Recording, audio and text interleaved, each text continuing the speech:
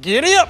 Anthony Iapoce and the Hens looking for back-to-back wins on country weekends. Toledo down a run in the second. 2 on for Donnie Sands. Deep drive to left, off the wall. That drives in Edis Leonard and Ryan Kreidler as Toledo would build a 5-2 lead. But in the 6th inning, they're trailing by 2 runs. Man on for Joe Rizzo. Gets underneath that pitch and golfs it into the picnic tables. We are tied at 7. 6th home run of the year for Rizzo. And the balls were flying out of third field. So in the next inning, Colt Keith, the top prospect, hammers it into right field. Hens ahead by 2. Ryan Kreidler adds another homer in the 8th. Toledo wins 10-7. 5 dingers in the victory. Leonard goes 3 for 4, 3 runs, 2 RBI from the shortstop.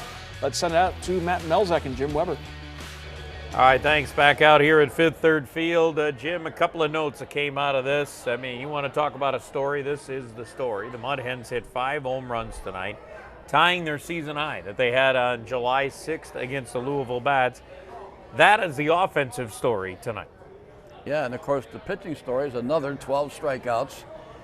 It was an exciting game, back and forth and win. Both teams had leads. Neither could hold them until the Mud Hens, of course, wrapped it up near the end. But how about this? 10 hits, half of our hits were home runs tonight. That doesn't happen very often. Not only that, they scored 10 runs, and they made them count because they only left 3 on base the whole night. Well, there you go. Yep. So that tells you that with those home runs, they were what they needed to have happen tonight to pick up those home runs. You had last night, they tied a season high in strikeouts for a pitching staff with 17. Tonight, as you mentioned, Jim, 12 more, and a lot coming from that bullpen. As soon as that bullpen starts parading out there, it's strikeout after strikeout after strikeout. And of course, with tomorrow's game at 4 o'clock, the Mud Hens with a chance to win this series, which would be their 2nd straight series win if they can get it tomorrow.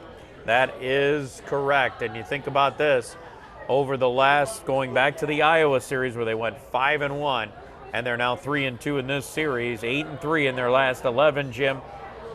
Arguably playing some of their better baseball of the year. Well, they are, and you know, some of those new people we picked up have really helped out. When Sal Perez has played well, of course, Joe Rizzo, and you know, I've been on his side since he got here. He hit another home run tonight.